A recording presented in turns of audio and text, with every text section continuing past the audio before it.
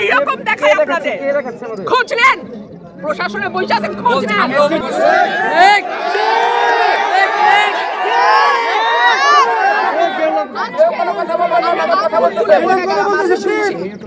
ভবিষ্যতে শুনবো না। আর আমার আমি যদি না বলি এখান থেকে বাইরে যেতে পারবেন না স্যার। ব্রাহ্মণবাড়িয়া 2 আসনে স্বতন্ত্র প্রার্থী রুমিন ফারহানার প্রার্থিতা বাতিল করেছে নির্বাচন কমিশন। এর আগে ধমকানোর একটি ভিডিও সামাজিক যোগাযোগ মাধ্যমে ছড়িয়ে পড়ে। এ সময় রুমিন ফারহানার সাথে ম্যাজিস্ট্রেটের বাকবিতণ্ডা হয়। বিকেলে সরাইল উপজেলার নোয়াগাঁও ইউনিয়নের ইসলামাবাদ এলাকায় ঘটনা ঘটে। ভিডিওতে দেখা যায় নির্বাহী ম্যাজিস্ট্রেট শাহরিয়া হাসান খান নির্বাচনী আচরণবিধি ভঙ্গের অভিযোগ করেন রুমিন ফারহানের বিরুদ্ধে। এখন আবার দল আমাকে সকাল বিকাল টেলিফোন করে, বলে মন্ত্রিত্ব দিয়ে দেব, আসনটা ছেড়ে দেন। মন্ত্রিত্ব তো দূরের কথা, আমি সারা দুনিয়ার কারোর জন্য কোনো কিছুর জন্য আমার এই মানুষদের আমি ছাইরা যাব না। এখন দল থেকে সকাল বিকেল টেলিফোন করে বলে আসুন মন্ত্রিত্ব দেব, আসন ছেড়ে দিন। আমার জান থাকতে, শরীরে এক ফোঁটা রক্ত থাকতে মন্ত্রিত্ব কেন, আরো কিছুর বিনিময়েও আমি আমার এলাকার মানুষকে ছেড়ে যাব না। এভাবেই দল মনোনয়ন ও ক্ষমতার প্রস্তাবের বিরুদ্ধে প্রকাশ্যে অবস্থান নিলেন ব্যারিস্টার রুমিন ফারহানা। এনআইডি বিকাশ নম্বর, মোবাইল নম্বর সংগ্রহ, জামাতে নির্বাচনী কর্মীরা বাড়ি বাড়ি গিয়ে এনআইডির কপি, বিকাশ নম্বর, মোবাইল নম্বর সংগ্রহ করছে, যা ব্যক্তিগত গোপনীয়তা ভঙ্গ, ক্রিমিনাল অফেন্স। এই বিষয়ে আমরা ইতিপূর্বে আচরণবিধি ভঙ্গের আপত্তি জানিয়েছি। এই বিষয়ে জরুরি পদক্ষেপ গ্রহণ করা বলে রুমিন ফারহানার প্রার্থিতা বাতিল করেছে নির্বাচন কমিশনার। ব্রাহ্মণবাড়িয়ায় ম্যাজিস্ট্রেটকে যেভাবে হুমকি দিয়েছে কিংবা হুঙ্কার দিয়ে কথা বলেছেন, অনেকে ভেবেছিল যে এটা কোনো সিনেমার ডায়লগ দেখছি। না, এটার সিনেমার ডায়লগ না, এটা হচ্ছে বাগিনী কন্যা রুমিন ফারহানার ডায়লগ।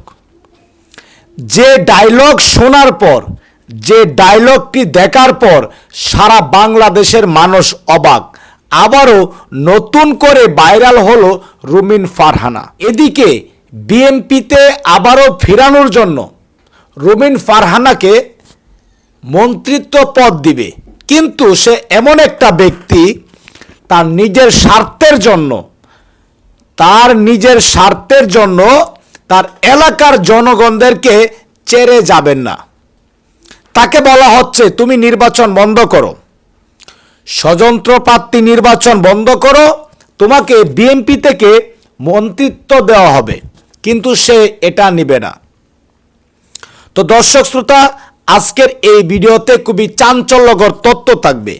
ইতিমধ্যেই ভিডিও শুরুতে যে বিশেষ অংশগুলো দেখেছেন, সম্পূর্ণ ভিডিওটি প্রমাণ সহকারে থাকবে আজকের এই ভিডিওতে। জামাত ইসলাম বাড়ি বাড়ি গিয়ে তাদের বিকাশ নাম্বার দেওয়া হচ্ছে কিংবা বিকাশ নাম্বার নেওয়া হচ্ছে এবং তাদের এনআইডি কার্ডের পিকচার তুলে তারা নিচ্ছে। তারা তলে তলে ভোটারদেরকে টাকা দিচ্ছে জামাত ইসলাম।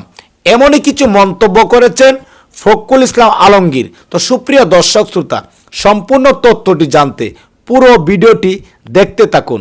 কে কোন জেলা থেকে আজকে আমাদের এই ভিডিওটি দেখছেন অবশ্যই কমেন্টের মাধ্যমে জানিয়ে দিন।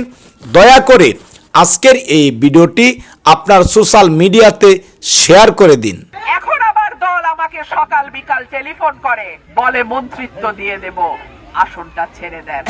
মন্ত্রিত্ব তো দূরের কথা, আমি সারা দুনিয়ার কারোর জন্য কোনো কিছুর জন্য আমার এই মানুষদের আমি ছাইরা যাব না। এখন দল থেকে সকাল বিকেল টেলিফোন করে বলে আসুন মন্ত্রিত্ব দেব, আসন ছেড়ে দিন। আমার জান থাকতে, শরীরে এক ফোঁটা রক্ত থাকতে মন্ত্রিত্ব কেন, আরো কিছুর বিনিময়েও আমি আমার এলাকার মানুষকে ছেড়ে যাব না। এভাবেই দল মনোনয়ন ও ক্ষমতার প্রস্তাবের বিরুদ্ধে প্রকাশ্যে অবস্থান নিলেন ব্যারিস্টার রুমিন ফারহানা। তিনি হুঁশিয়ারি দিয়ে বলেন, রাজনীতিতে টিকে থাকার জন্য তার কোনো দলের প্রয়োজন নেই, প্রয়োজন শুধু মানুষের আস্থা। 17 জানুয়ারি দুপুরে নড়াইলের ইসলামাবাদ গ্রামে স্থানীয়দের সঙ্গে মত বিনিময়কালে এসব কথা বলেন তিনি। এদিকে তার এই বক্তব্যের ভিডিও সামাজিক যোগাযোগ মাধ্যমে ছড়িয়ে পড়তেই শুরু হয় তুমুল আলোচনা ও বিতর্ক। আমি রুমিন ফারহানা, কোনো দল লাগে না। এইরকম দেখায় আপনাদের। খোঁজ নেন, প্রশাসনে বসে আছেন, খোঁজ নেন।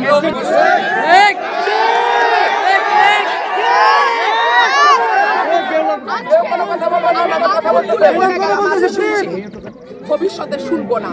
আর আমার আমি যদি না বলি এখান থেকে বাইরে যেতে পারবেন না স্যার, মাথায় রাখবেন। Excuse me, sir. This is the last time I'm warning you. I will not listen to this. সব জায়গায় হচ্ছে। আপনি পারলে থামাই দেন। আজকে আমি ভদ্রতা করে থামাইছি। নেক্সট টাইম আপনাদেরকে বুড়া আঙ্গুল দেখায় আপনারা কিছু করতে পারেন না। এইরকম দেখায় আপনাদের। খোঁজ নেন, প্রশাসনে বসে আছেন, খোঁজ নেন। আমরা অভিযোগ কিছু বললাম, বুড়া আঙ্গুল দেখায় বসে।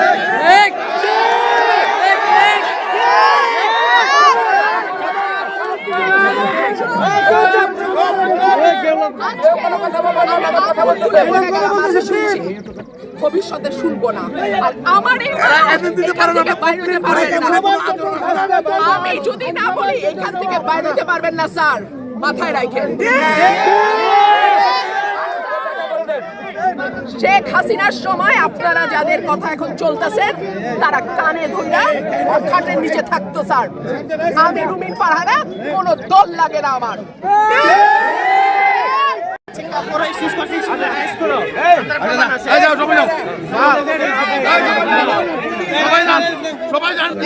এনআইডি বিকাশ নম্বর মোবাইল নম্বর সংগ্রহ, জামাতে নির্বাচনী কর্মীরা বাড়ি বাড়ি গিয়ে এনআইডির কপি, বিকাশ নম্বর, মোবাইল নম্বর সংগ্রহ করছে, যা ব্যক্তিগত গোপনীয়তা ভঙ্গ, ক্রিমিনাল অফেন্স। এই বিষয়ে আমরা ইতিপূর্বে আচরণ বিধি ভঙ্গের আপত্তি জানিয়েছি। এই বিষয়ে জরুরি পদক্ষেপ গ্রহণ করা বলে আমরা প্রয়োজন বলে আমরা মনে করেছি এবং সেটা তাদের আহ্বান জানিয়েছি। লেভেল প্লেয়িং ফিল্ডে বাংলাদেশ জাতীয় দল বিএনপি আসন্ন জাতীয় সংসদ নির্বাচনে সুষ্ঠু, অবাধ, অংশগ্রহণমূলক, গ্রহণযোগ্য করার জন্য লেভেল প্লেয়িং ফিল্ডে বিশ্বাসী। এই জন্য আমাদের দলের চেয়ারম্যান ব্যক্তিগত সফর বাতিল করেছেন, অথচ বিভিন্ন রাজনৈতিক দলের দলীয় প্রধান সহ অন্যান্য গুরুত্বপূর্ণ ব্যক্তিরা প্রতিনিয়ত আচরণবিধি ভঙ্গ করে দলীয় প্রচারণা চালাচ্ছে। এ বিষয়ে আমরা জরুরি ব্যবস্থা গ্রহণ করার জন্য অনুরোধ জানিয়েছি। আরেকটি বিষয় যেটা আমরা অত্যন্ত গুরুত্বপূর্ণ মনে করেছি, ঢাকা মহানগরী এলাকার বিভিন্ন নির্বাচনী এলাকায় একটি রাজনৈতিক দল তাদের মনোনীত সমর্থিত প্রার্থীদের নির্বাচনে বিজয়ী করার অনৈতিক কূটকৌশল অবলম্বন করে ব্যাপক হারে দেশের ভিন্ন ভিন্ন এলাকা হতে ভোটার এলাকা পরিবর্তন পূর্বক ঢাকা মহানগর এলাকার ভোটার হিসাবে অন্তর্ভুক্ত হয়েছে।